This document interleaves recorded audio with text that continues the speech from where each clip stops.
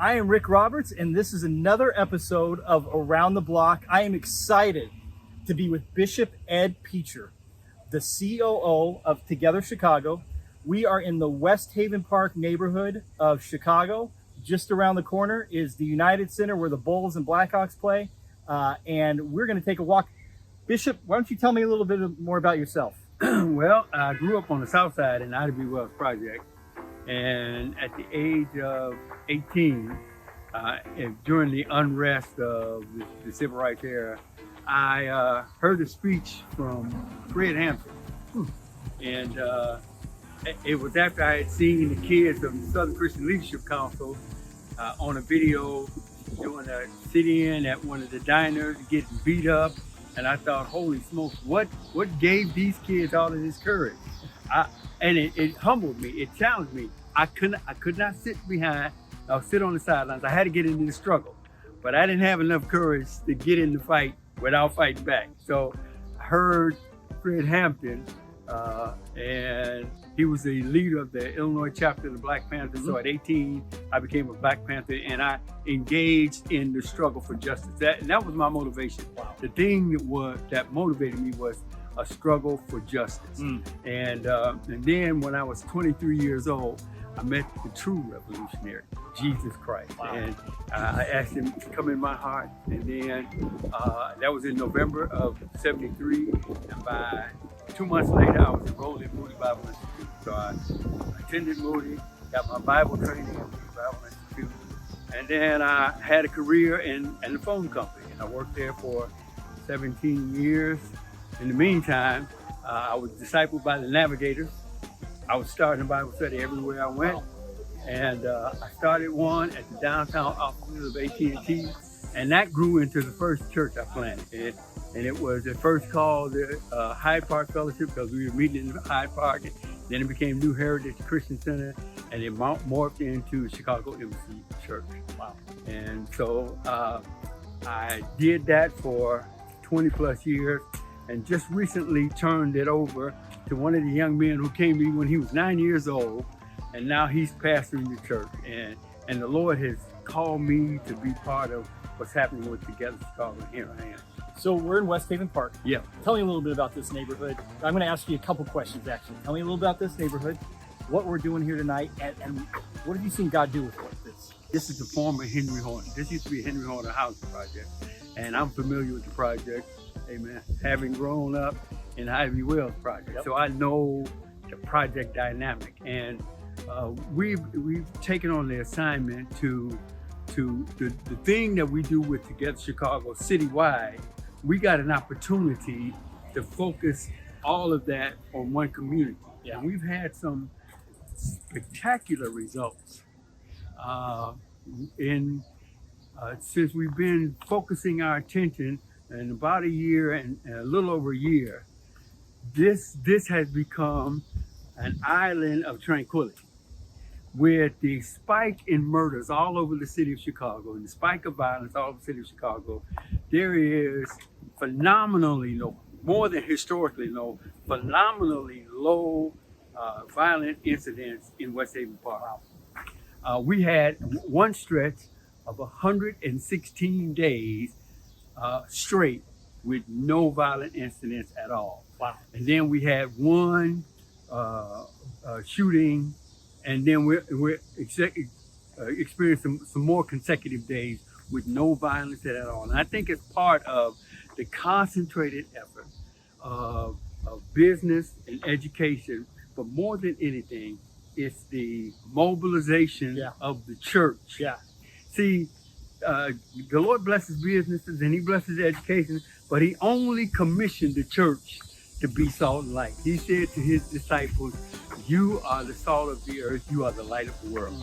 And when we get out of the salt shaker and get into the place of rottenness, then the Lord can use us. And that's what's happening here. We help mobilize the church and church members in this community, and it is really making an impact on this community. Yeah, that's really great. And you know what? I'll tell you what, we usually don't do this, but I'm going to put a link in the video below, we'll have a link. We'll share a video of you sharing kind of your story. You've got some really awesome stories, and I think we've got some on video. Okay. And we'll put a link in there so people can, if they want to hear more about the peace campaign and that kind of thing. Yeah. They can watch. We've been at this for a while, and we didn't know what we were doing at first.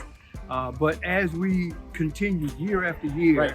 we began to learn some of the principles and some of the insights, and now we're putting those things into practice, and we're seeing some tremendous results. And now our goal is we look at this as an opportunity to prove out all of the stuff we're doing, prove out the theory, as it were, and it is working with some phenomenal results. And so the next thing is now to scale this whole thing up to the entire city of Chicago. That's awesome. Now, so that leads me to my next question. Now, normally when I do this with friends of mine and people that are doing things in their neighborhoods, we're talking about how important it is to know your place, your neighborhood, to be able to understand what's going on there, to be present, to be there for a long time, to know things. Yeah. Now, you're unique in that you have been able, God's allowed you to do this in different parts of the city, south side, north side, west side, right. all. And if you don't know Chicago, they're all unique micro cultures in themselves, Right. and differences in there. So tell me how you've been able, how God has been able to really allow that to happen in so many different places. There's a period in time. One, the Lord, when we had our mayor before this mayor, his first term, he wanted to bring casino gambling to the city. And I, in a small group of ministers, less than 20, I challenged him. I said, Mr. Mayor, you cannot bring this form. He wanted to bring video gambling and put it in the Thompson Center or in City Hall. And I said, the studies say, Mr. Mayor, that is the most addictive form of gambling. It's like the crack of gambling. And you want to bring that, and some of the fellow ministers shut me down and wouldn't allow the question. So the mayor was off the hook. He didn't have to answer the question. And then I got off the invitation list. They wouldn't invite me to those meetings. I found out about the meetings, those kinds of meetings, 2 days, 3 days after the meeting. And the Lord spoke to me. He said, he's the mayor of the city, but you're a father in this city. And that was an eye-opener for me. And as a father in this city, I just leaned into that role. So it's remarkable the acceptance that I've gotten all over the city of Chicago. It's not because of these good looks. I know you're noticing that they are very. I love your shoes. I always check out your shoes. You know that, right? But it's not that. It is God has put this grace on me to be able to draw churches from all the denominations together behind an overarching mission. Because I've been a pastor for 20 plus years, and I know the burden, 30 years. I know the burden on pastors. So I speak the language of pastors. And there's an overarching vision that pastors can really resonate with, and we have no difficulty calling them in to be a part of this vision. Yeah. Well, I've got one final question. It's one I love to ask everybody. Is you've shared a lot of great stuff, a lot of great, and you've learned a lot of things over the years doing that. There's somebody that is in their community, in their city right now, that has a passion for bringing people together, for praying. What is one tip that you would give them to encourage them to come? Prayer. There you go. There's no overstating the importance of prayer. If you bathe the thing in prayer and you pray with faith, it is. So the Lord, here's the thing, the Lord showed me how to pray. I think he showed everybody. It's in the Lord's Prayer. When you pray, he said, pray like this: Our Father which art in heaven. When you lead your prayer with how big and large and great God is, your faith is elevated to whatever problem that you're facing. It is so small in comparison to the God that we serve. And your faith rises up when you pray to the God of the universe, not the God that's down the street that can be overwhelmed by this problem, but the God who has numbered the stars in the heavens, the trillions of stars in the heavens, and has numbered the hairs on your head, who have the angels bowing prostrate to him. That God, when you put that problem that you're facing against that God, there's nothing but faith that overcomes that. So prayer is the key to everything. That's so good. That's so good.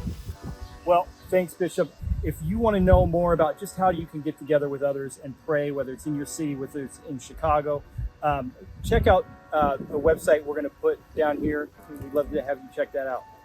Thank you, Bishop. Appreciate you having taken the time. Appreciate the faithfulness. Appreciate and yeah, good to see you, man. You too. Thanks.